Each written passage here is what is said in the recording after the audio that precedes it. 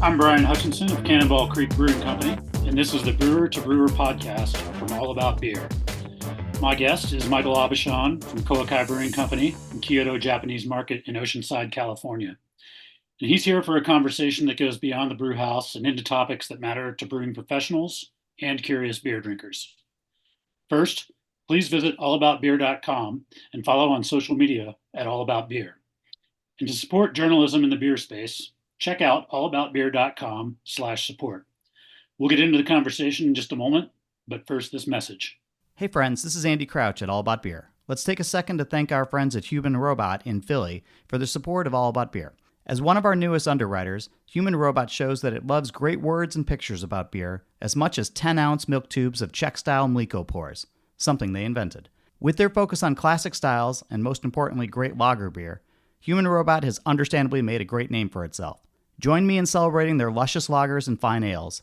And also, join Human Robot and the more than 25 other sponsors as part of the All About Beer community. Next time you're going through your books, check and see how much you're paying for brewery software. Odds are you're paying way too much. Ollie is the fastest growing brewery software that is saving brewers time and money while delivering the tools they need to grow their business. Learn more at getollie.com/pod. That's getollie.com/pod. I'm Bradley Zimmerman from Badger Hill Brewing in Shakopee, Minnesota. Malta Mexico 2-Row is the first of its kind, so I was excited to try it out and see how it performed in the brew house. We had just brewed Mucho Gusto, our Mexican lager, so we used Malta Mexico in our American light lager called Longhorn. Performed well in the brew house. There's a little bit of toasted, flaked rice and then some rice syrup solids in the kettle and a touch of dextrin in the beer as well, and that's it. So it's basically showcasing Malta Mexico 2-Row. We normally use a Pilsner malt in that beer, so we got similar notes to a Pilsner malt, but we got a little bit more cracker out of it. A little bit of not toast and not bread dough, kind of somewhere in between. It had a pleasant sweetness to it, but it wasn't cloying or anything like that. Performed well in the brew house. We hit all our numbers as far as efficiency goes, so we were happy with the results there. If you're doing Mexican-style lagers, Malta definitely helps tell the story, especially since it's grown and malted in Mexico. No one's ever done that to this date, so it's fun to get people excited about that process and where things are going.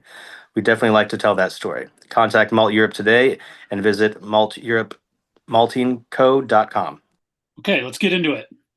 Today, my guest is a 17-year veteran of the craft brewing industry and a SoCal brewing legend. He began his career at Pizza Port Carlsbad in 2008, helped to open Heritage Brewing and Barbecue, and is now the owner-operator of Kyoto Japanese Market and Kowakai Brewing Company. Mike, welcome to the podcast. Thanks for having me. Absolutely, man. I'm looking forward to talking to you. Just thinking about, when it was my turn to interview somebody, your name was the first one that popped into my head, which I think are for pretty obvious reasons, but maybe not to everybody listening. You definitely had a huge influence on my brewing career and the way that I approached specifically like West Coast IPA and Pale Ale. And obviously beyond that, we've become pretty good friends. Lots of good stories to tell over the years. I don't know that we'll tell them all or maybe too many of them in detail, but I thought I'd just mention a couple to spark your brain a little bit as to how much we've been through together. I recall riding in the back of a pickup truck in Tijuana with you in the passenger seat. I recall you getting bit by Jonathan's dog, Jonathan, our co-brewer, after a late night of JBF, early morning, you trying to catch a plane. I think you've seen me crash my motorcycle, and I'm definitely the recipient of one of the best pranks I've ever been a part of when you and Ray decided to show up unexpected in the alley behind our brew house with you wearing a Trump wig and him wearing dreadlocks and pretending to be stumbling drunks. That was pretty awesome. You definitely had me at first, but anyway, that's a little bit of our history and some context there. Obviously, we've known each other for a long time and have become pretty good friends through all this. So I'm stoked that I get to talk to you a little bit more in depth and let other people know what you're up to. Yeah, man. Thank you very much. Yeah, it's, I don't know. I think those are the best things of, this industry and the brewing industry, the people you meet and the relationships that you make along the way, it's pretty cool. 100%, man. 100%. All right. So let's dig into kind of your history a little bit. Tell me about how you first got started at Pizza Port in Carlsbad. I mean, I was a home brewer for a while. Wasn't anything that it was just kind of a hobby that I was doing, for quite some time since the early 2000s. I was in the surf industry at the time. I was shaping surfboards for Timmy Patterson, kind of a local legendary shaper surfer from San Clemente. Um, and things just started to get harder and harder to make money in the surf industry. So I was kind Sure. of looking for something else that I would like to do that was kind of artistic, and I was kind of looked towards craft beer and got a job at the bottle shop. And Jeff Bagby was the head brewer at the time. And started working at the ball shop, and then working in the brewery anytime I could for free, trying to learn. And then, yeah, I mean, from there, it turned into a career, I guess. For sure, man. It's amazing how similar that is to my story, especially as far as like working for free in order to. I mean, that's just kind of what you did back then in order to get somebody to realize that you had the work ethic that was required to do that kind of work, especially at that time. Um, Definitely a similar story for me. Yeah, so you mentioned Bagby was a head brewer. I know at some point you probably cross paths with Kirk McHale there as well. So I mean, for a first brewing job, I mean that's some fairly legendary names that you got a chance to be exposed to pretty early on in the process. Like how did those guys influence you as like somebody that had just come from home brewing? Yeah, I mean, I was really, really what got me into craft beer was, drinking, beer at Pizza Park Carlsbad. Kirk McHale was the head brewer at the time, and Mhm. I mean, he was so far ahead of his time, especially at that time. Um, that you know, like if I wasn't around that talent and that quality of beer that Kirk was making, I mean, I don't know that I would be a brewer today, to be honest. Sure, Uh, sure. So because Kirk was the head brewer prior to Bagby, is that right? Or is it yes, correct. okay? So Kirk McHale was, so that's kind of, and then I found out that he was homebrewing and he had started at Homebrew Mart and things like that. And then that's kind of what got me into, homebrewing, because I knew he came from a homebrewing background and I enjoyed his beer so much. Sure. What were And those kind of beers that he was making that you were digging at the time? Was that West Coast IPA or was that something different? Or um, I really liked SPA. I really liked he had an imperial stout called Red Square. Chronic was really good. And he had a double IPA that I was a huge fan of called Frank's. gotcha. And at Yeah, that, it was I low ABV though. Yeah, say that sorry. again. Sorry. It was kind of a lower ABV double IPA. It was like right around like 8% or so. Sure. So I mean, already I think what's kind of significant about your experience right there in Carlsbad is the rest of us at that time had no idea what IPA meant when it as it relates to West Coast IPA because already at that time like those were probably and you tell me if I'm wrong but probably a lot leaner beers than what were certainly being made in Colorado and most of the country, right? Yeah, I mean, they were, but I mean, like all of those recipes, like all had like a significant amount of caramel malt in them. Sure. So I But I mean, still imagine quite a bit less than what we were drinking on the East or even in the Midwest. yeah, for sure, Mhm. for sure. Right on. So you started working, I guess, under Bagby then at the point when you joined the brewery permanently? Yeah, so I started working under Bagby. It was I was basically the assistant brewer for um, back then. It was 3 locations. Solana Beach kind of operate on their own and came and milled their own grain. But I mean, Pizza Port Carlsbad was the hub. We didn't. Bressy Ranch wasn't around then. So Gotcha. all the grain would get milled there. I washed kegs early in the morning. I think we had I think it was like 60 kegs that I could fit in this old crusty white van. Uh, and I would have to drive out to Lost Abbey at 4 o'clock in the morning before they came in and wash all the kegs for the week for for all of the pubs. And it wasn't uncommon back then for me to, grain out 3 people in a day and mill for 3 people during the day. That's a true like assistant brewer that's starting out doing all the dirty work. I love it. Yeah, Yeah, man. yeah. Again, the parallels, like that's pretty much my first job at Mountain Sun was just it was a box truck instead of a van, but it was basically the same job hauling. We were milling the grain at one location, hauling it to another, and then just taking kegs back and forth. So I can relate for sure. So how long were you there about before you ended up taking over like the head brewer position at Carlsbad?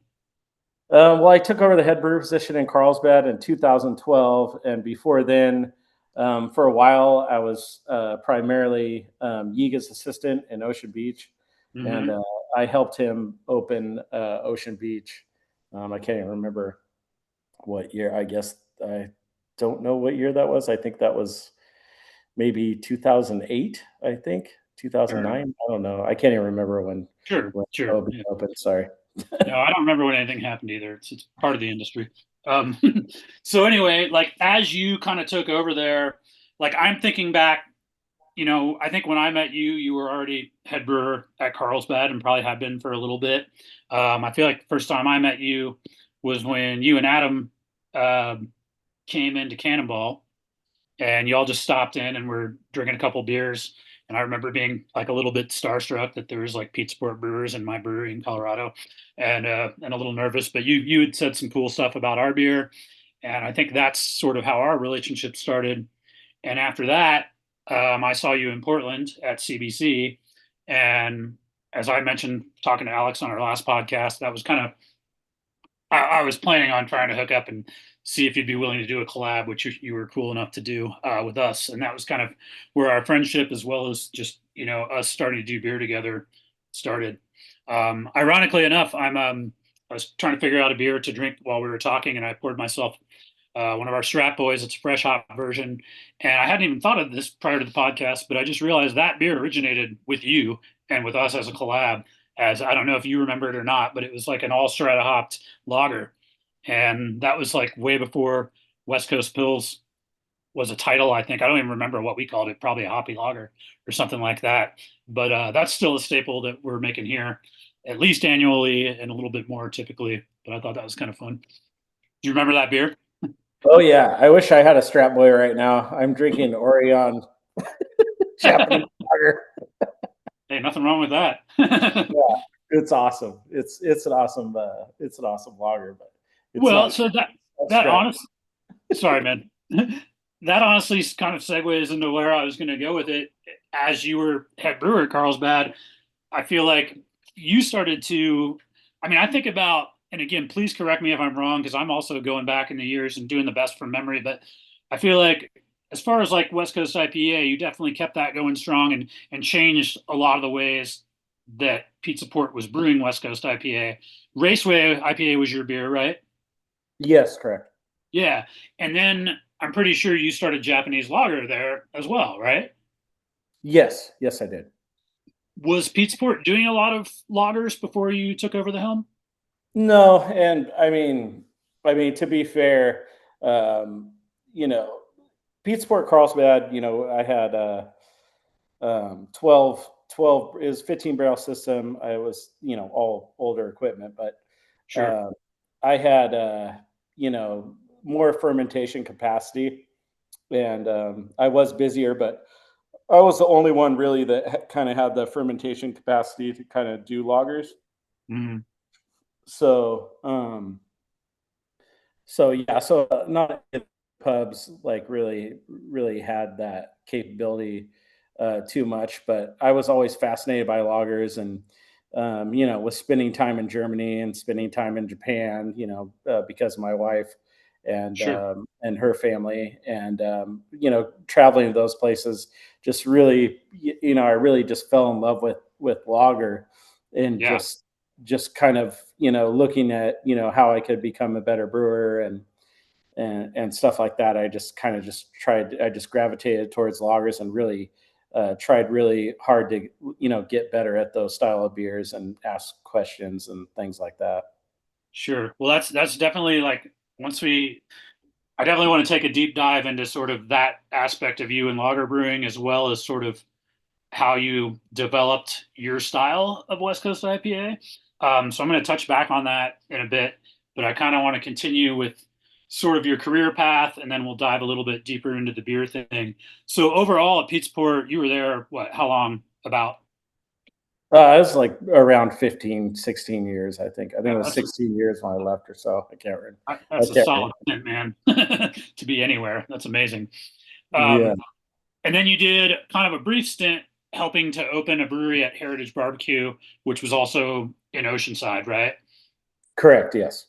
Cool. Um, I guess the big question that I think other people would be interested in hearing the answer to is, how does a career brewer, specifically kind of a West Coast IPA brewer, become the owner of a Japanese market? Yeah.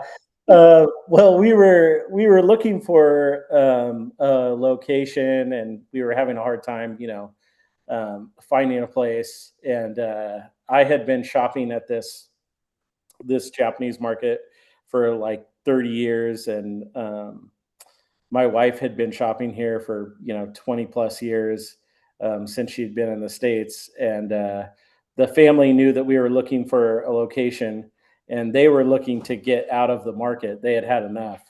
So it just kind of worked out, to where they kind of approached us and said they wanted out of the market, and they had a location next door that they were willing to, rent out to us to do the brewery build out, and they were offering us a really good deal on the lease. So it just kind of worked out that way. Okay. So obviously, there's with AJ being from Japan, you guys had an interest in sort of Japanese food and culture. Clearly, I mean, not just an interest; it's part of your family. Um, so, but the idea was that you were looking specifically for a brewing location, right? Yeah, we were looking for a brewing location, and then they wanted someone to take it over that was Japanese and that was bilingual. Hmm. Um, and this market's been here since 1962, so Wow. it's pretty crazy. There's a lot of families and stuff that have been coming here for a really long time, and they wanted to keep that tradition going. And they didn't want for the market to go away, because it's kind of a piece of like history of Oceanside, and part of their family. So For yeah. sure. Wow, man. That had to have been somewhat intimidating, though, right? Like just uh, right into the Japanese market side of things. yeah, I mean it was really difficult for me, because they have a sushi program, and that program we expanded on. And I had to learn how to make sushi and cut fish. And Sure. um, I wasn't necessarily prepared for that.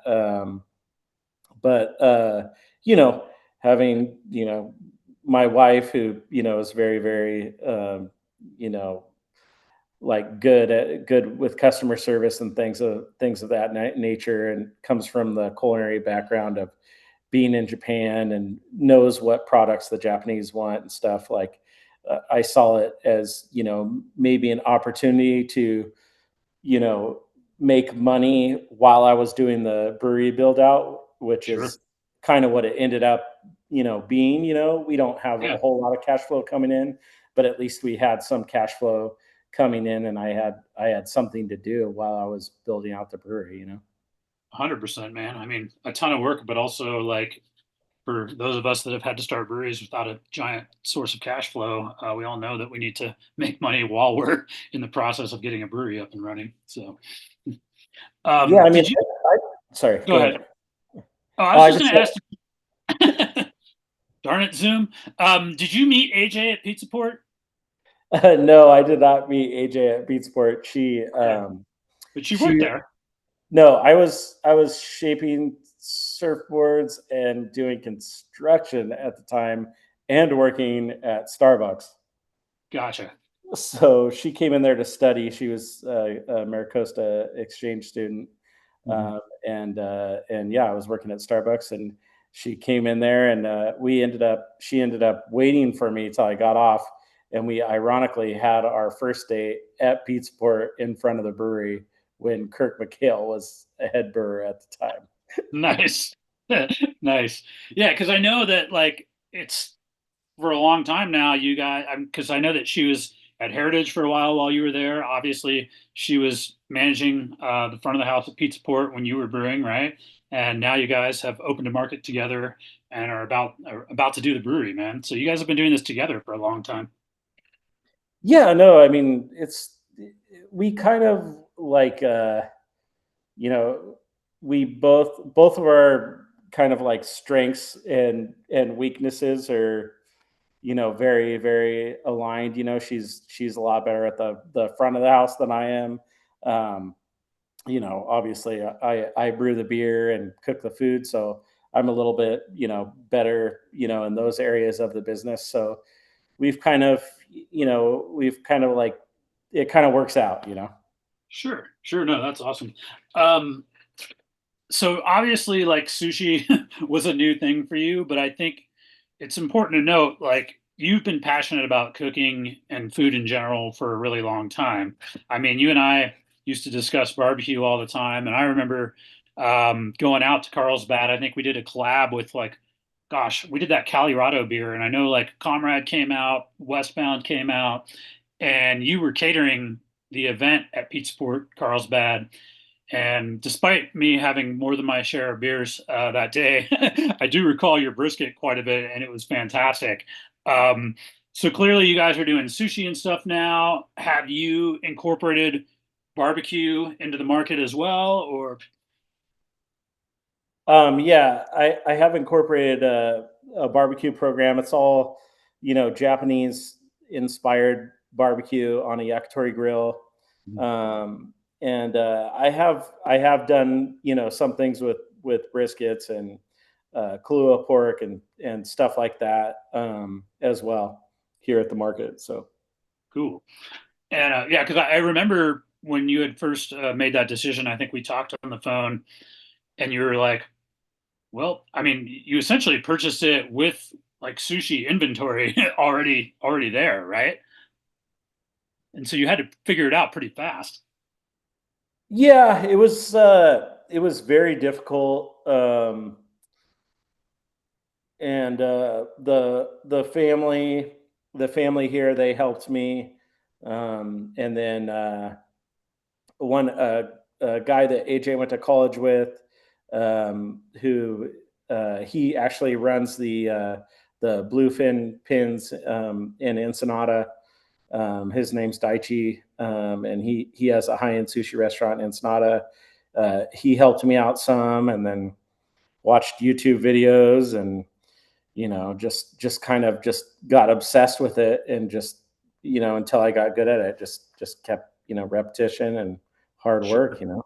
Well, I mean, I think that's very consistent with your personality and how you've gotten very good at doing a lot of things, specifically food and beer. So I'm not surprised, but I find it interesting that you kind of had to dive into it pretty quickly and get good at it. But from everybody that I've talked to out there, it sounds like things are going really well and you're doing a killer job because every brewer I know from that area just won't stop talking about how much they like going to the market and eating there. So pretty awesome.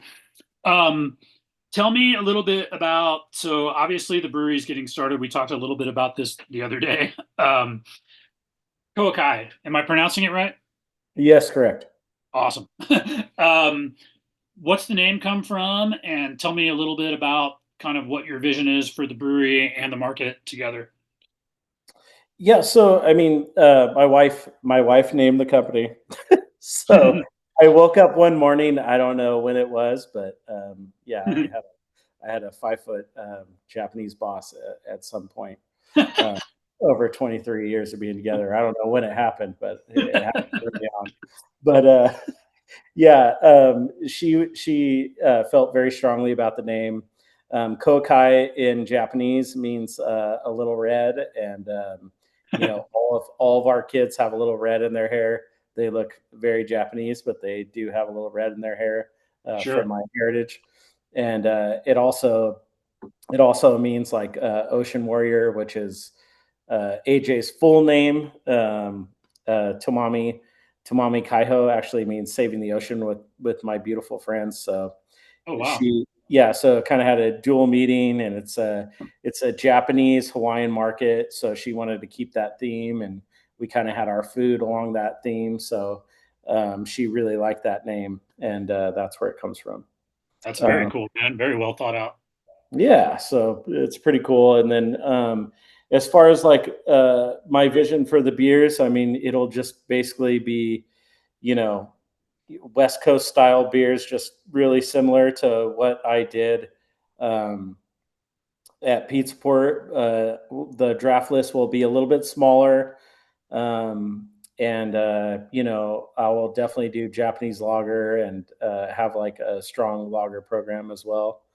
The food, will be Japanese inspired. Sushi and Japanese inspired barbecue. And we will have a really really good like high end educational sake program here as well. Oh, very cool. Yeah. Who's going to be leading the front on the sake thing? Yeah, so we have a friend, Loa, and he knows everything about sake that you would ever need to know and more. And he travels to Japan once a year, and he will be heading up the sake program for us. Very And cool. yeah, and we'll have a monthly flight of four sakis, and it'll all be like high end stuff, real like local small batch craft stuff that will all be from Japan. Oh, man, that sounds amazing. And I for one, am glad to hear that sort of the focus of the beer is the stuff that I'm used to drinking from you that has always been so influential to me. And that's our hoppy beer and our lagers, man. It's pretty much what we do at Cannonball. It's what you've always done. And I'm glad that that's still your focus because I think I'm not the only one that misses drinking your beer. So I'm pretty excited to be able to change that here pretty soon. Um, are you guys planning on doing any distribution, or do you think it'll mostly just be on site? What are you thinking about any of that? I mean, we'll do crowlers and over the bar beer sales, and local kegs like draft around town, and that's where we'll start, and we'll kind of see what the demand is and how we can expand and adjust to that. Sure, sure. Well, speaking of that, like, what is the? Tell us a little bit about the brew house. Like, how? I mean, you don't have to get into great detail, but how big it is, kind of what your setup is going to look like. I mean, basically just a 10 barrel Premier system that was bought used from Rollor, um, uh, uh, local brewery that went out of business, unfortunately, in Carlsbad. And everything was basically bought at auction, all used. I have 5 bright tanks. And then I have 5 jacketed fermenters and 1 jacketed bright. So, Nice. Um, and where are you at in the process? I mean, I kind of know a lot of this based on conversations that we've had previously, but I guess I'm looking to hear a little bit about kind of not only where you're at in the process, but what have been like the biggest hurdles as far as getting this thing up and running. I mean, the biggest hurdles were by far, dealing with the city and getting the permit Mhm. to do the build out. It took 14 months, and it took me about $62,000 with all the engineering, architecture, all of those fees. And I'm really close. I'm trying to get some beer in the tank this week, if not this week, next week. Sure. Um, and I think I'll be open in at the latest in 2 months. So Well, that, yeah. that means that I'm gonna be told that I can buy a plane ticket and we can start working on a collab brew, right? Because Uh, I feel like I'm slated in pretty soon. You're brewing lagers first, right?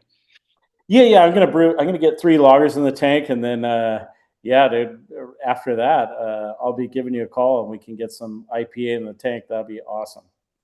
That sounds awesome, man. And I definitely want to start talking a little bit more in depth on the beers. But before we do that, we're going to take a short break for this message and then come right back for more of this conversation with Michael Aubuchon of Kokai Brewing Company in Kyoto, Japanese Market in Oceanside, California. Next time you're going through your books, check and see how much you're paying for brewery software.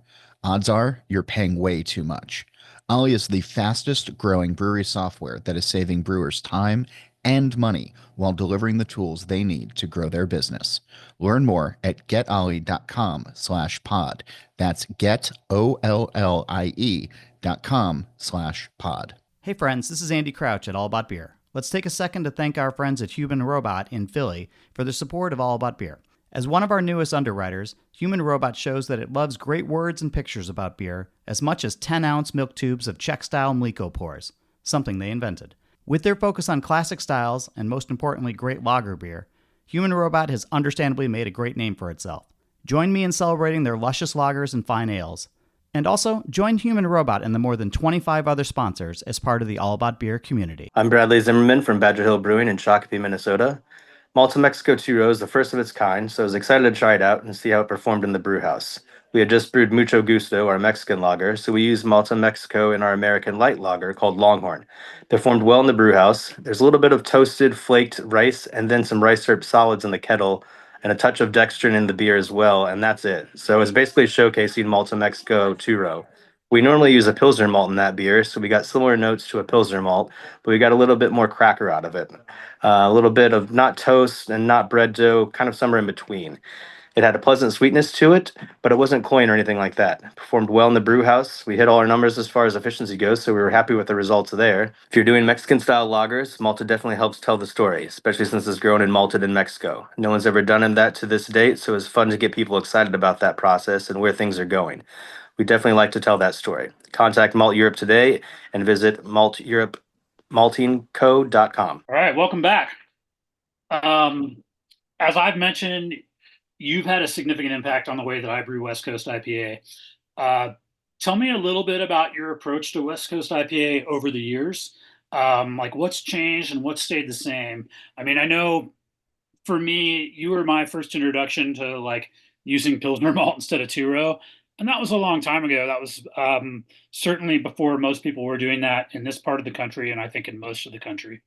So that was like one of the first things I noticed. I was like, what do you mean Pilsner? That's for Pilsner malts for Pilsner, you know? And you were using it in IPA, specifically Gambrinus, which is still part of my arsenal.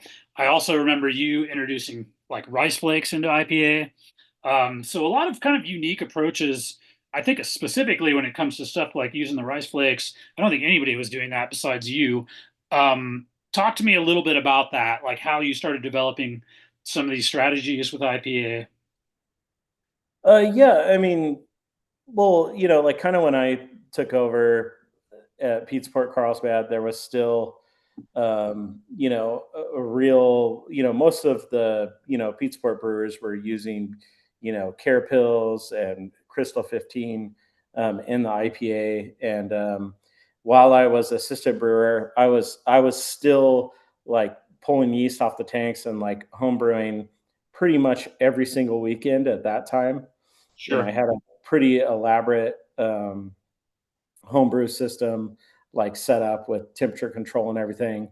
And the first hop that came out that made me want to eliminate the caramel like malt completely because I enjoyed the hop so much was Citra. Okay. And as soon as Citra came out, I noticed that the Crystal 15 and the Care Pills was getting in the way of the flavor and the drinkability of the beer. Sure. In my opinion.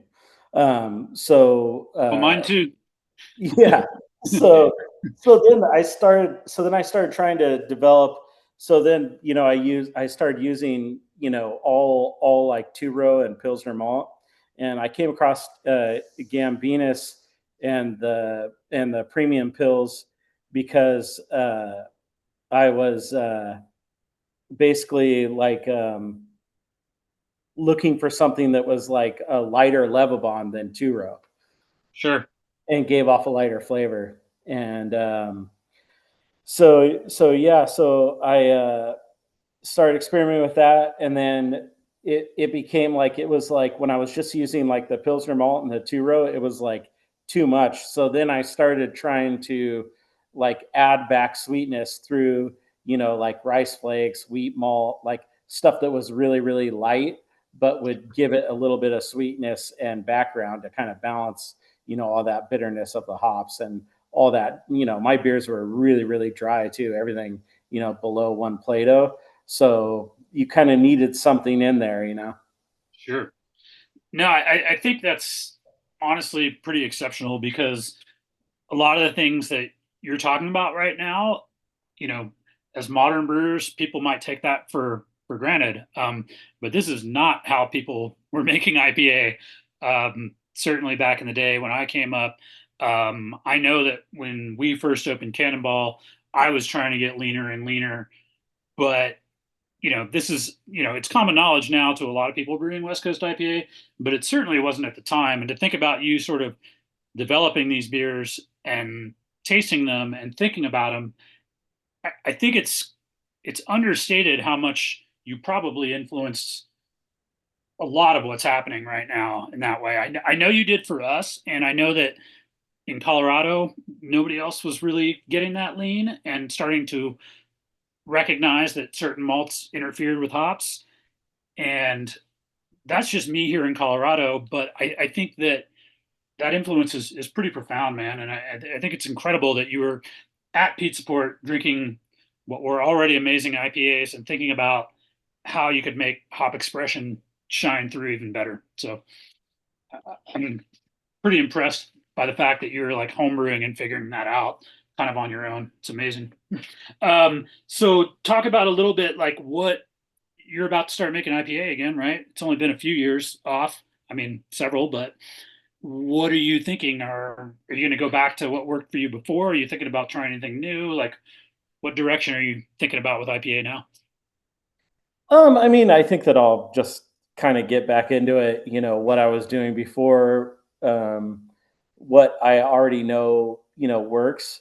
And then kind of just going from there.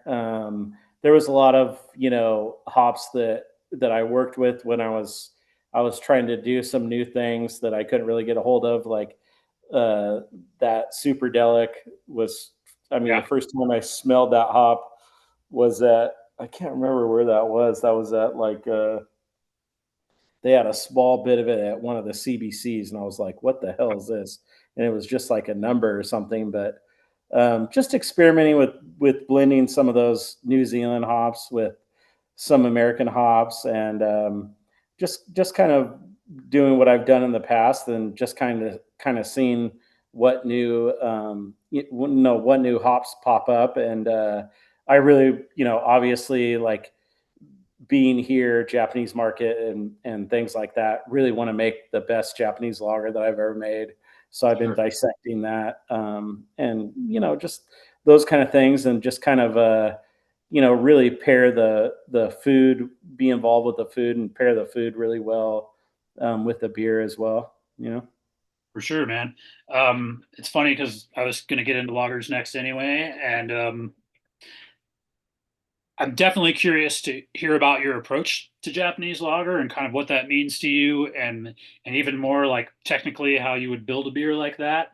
You had mentioned that I keep thinking about you going to Germany with Sebastian. Remind me what his brew is called again, or is called. Sorry, Frightgeist. say it again. Frightgeist. Yeah, Fright Guys. So Sebastian is a bit of a wild man and an awesome brewer and a really good dude. But I remember your stories of almost dying on the Audubon with him and going from small brewery to small brewery, learning about Pilsner and lager in general. Um, Obviously, the focus right now is Japanese lager. So talk to me a little bit about. I mean, for obvious, it's obvious that your family has heritage there. But talk to me, I guess, specifically about what that beer means to you and how you approach it. Well, I mean, when I think of Japanese lager, I think of, extremely crisp, extremely dry, and extremely drinkable. And I think a lot of the people that are making Japanese lager, they're just basically making American lager Hmm. and, putting a little bit of, rice flakes in it Sure. and calling it Japanese lager. But I mean, Japanese lager comes from uh, the time and the filtration. I think is what kind of sets it apart and really really makes it a really good Japanese lager. Cool. So you're looking at a kind of a longer overall tank time as far as that beer is concerned.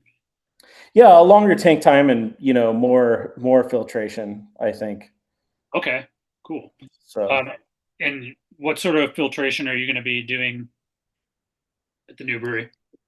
And then also, I mean, one thing I did leave out is I'll definitely pay attention to the water and do RO water here because we're not lucky enough to have Colorado water. But Sure. So you're going to be filtering some of these beers, is that right? yeah, I mean, all of my lagers will be plate and frame Cool. filtered and um, you know definitely given more time um, than a lot of people are doing. I think, but yeah. Sure. Sure. Cool. Um, who are some of your biggest like personal influences in brewing? Like, and on top of that, like, I assume you're still drinking beer, although you're busy. So like, who's making beer that you're interested in right now? So I guess that's a two-part question. Yeah, yeah. Like, I mean, I would definitely say Cannonball Creek and Westbound and Down. Oh, stop. You stop. But yeah, I mean, I don't know. I mean, like I've said for a long time, I always loved visiting Colorado. I mean, Westbound and Down, Cannonball Creek, Bierstadt, and um, also Comrade. Sure. Those are to me four of the best breweries in the country and four of my best favorite breweries to drink beer at and travel to. Locally, I really don't get out much anymore. Locally, around me in North County, I really like what Blake and Will and Adam are doing at Craft Coast. Um, Absolutely. yeah, that's usually kind of where I end up locally. I'm really impressed with a lot of the stuff that's going on in LA with Rip and uh, like Highland Park. Um, yeah, and Ism, like some of those breweries up there. I think they really care. I think they're really putting the time in and doing a really good job. Yeah, 100%. yeah. I mean, I think like San Diego beer right now. I think we're kind of in this weird like weeding out phase where it kind of like exploded. You know what I mean? Sure. And then a lot of people are going out of business and stuff like that. But yeah. Yeah. Kind of a microcosm for the whole industry right now, unfortunately, but I think there's still a lot of hope. There's a lot of people making really awesome beer right now, for sure. Many of whom you just mentioned. Right on. Let's talk about life beyond brewing a little bit. You had mentioned, and I know that you were shaping surfboards for a while. And I think you continued to do that, right? That wasn't just before you started at Pizza Port. Like you kind of have done that as a side hustle here and there. Are you still doing that, or is that a thing of the past? I mean, I have not done that much of it this past year You've been a at little all. busy. It's fair. Yeah, it's kind of hard to find time. I mean, obviously, I have four kids as well, and Yeah, we're going to talk about yeah, that. yeah, but yeah, I yeah, I still shape surfboards, but all of my time has basically I'm working about 100 to 120 hours a week here at the market. I've had about 2 days off in 2 years doing the construction work and barbecuing. Listen up, And home brewers that want to start a brewery. Yeah. yeah.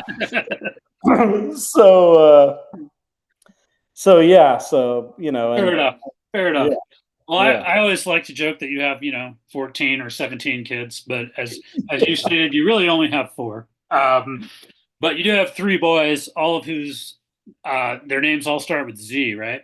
Um, Yes. tell me a little bit about that, how it came to be. You might as well give them all a shout out because I want to hear how everybody's doing anyway. So Yeah, so Zephyr is my oldest. He's super into wrestling, jujitsu, and Muay Thai, and he's doing great. you got And that from you, right? yeah, yeah. So I haven't taken martial arts for 10 plus years now, unfortunately, but That was a but big part of your life for a while. yeah, but it was a huge part of my life, and I kind of passed that down to him and kind of put him around the best people from the people that I knew in the community and everything. And Sure. he's done great with it. And then Zeppelin is super into basketball, and he's doing great. He's doing a great job. He's in club basketball and plays for a school. He's in junior high, and then my youngest Ezekiel.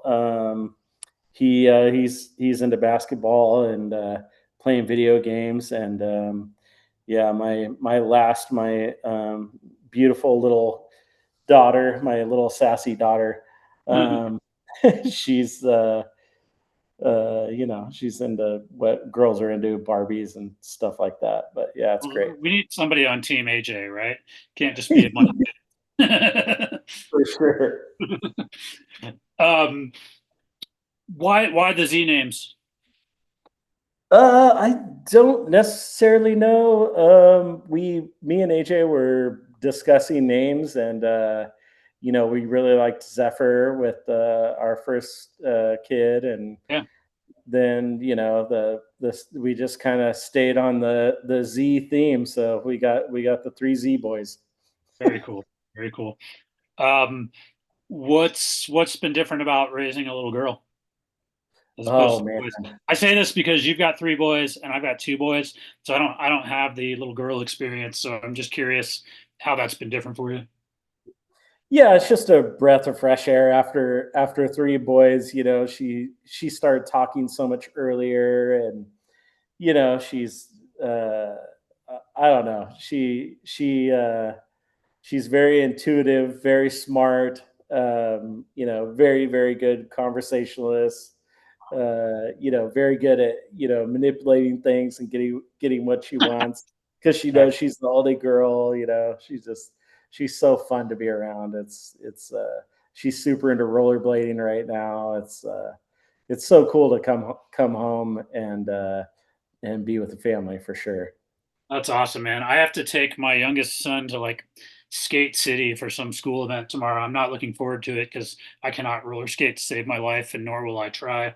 So I'm just gonna be that awkward parent sitting there watching him have fun, I guess. But that is part of the parenting process for sure. So Come on, dude, have a couple of strap boys and get out there.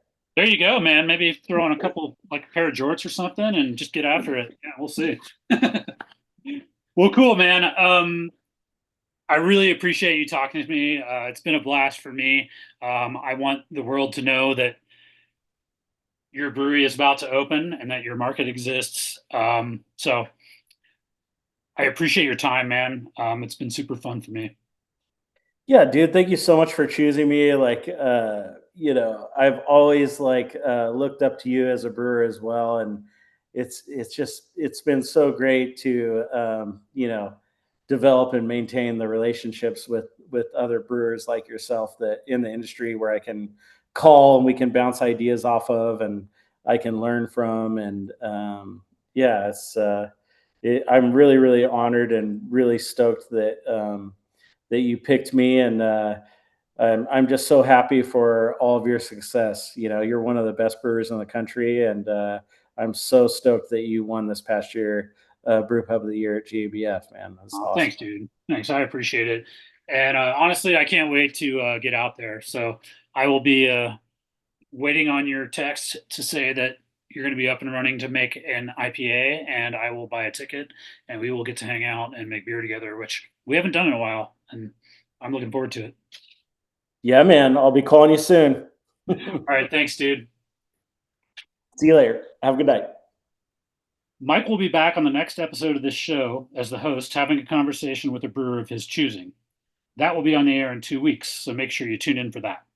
A reminder, visit allaboutbeer.com and follow on social media at allaboutbeer. And to support journalism in the beer space, check out allaboutbeer.com/support. I'm Brian Hutchinson of Cannonball Creek Brewing Company. Thank you for listening to the Brewer to Brewer podcast. Next time you're going through your books, check and see how much you're paying for brewery software. Odds are you're paying way too much. Ollie is the fastest growing brewery software that is saving brewers time and money while delivering the tools they need to grow their business. Learn more at getollie.com/pod. That's getollie.com/pod.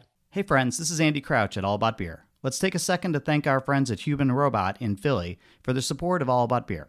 As one of our newest underwriters, Human Robot shows that it loves great words and pictures about beer as much as 10-ounce milk tubes of Czech-style Mliko pours, something they invented. With their focus on classic styles and most importantly great lager beer, Human Robot has understandably made a great name for itself. Join me in celebrating their luscious lagers and fine ales. And also, join Human Robot and the more than 25 other sponsors as part of the All About Beer community. I'm Bradley Zimmerman from Badger Hill Brewing in Shakopee, Minnesota. Malta Mexico 2-Row is the first of its kind, so I was excited to try it out and see how it performed in the brew house. We had just brewed Mucho Gusto, our Mexican lager, so we used Malta Mexico in our American light lager called Longhorn.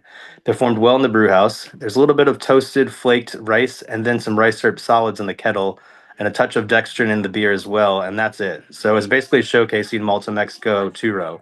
We normally use a Pilsner malt in that beer, so we got similar notes to a Pilsner malt, but we got a little bit more cracker out of it.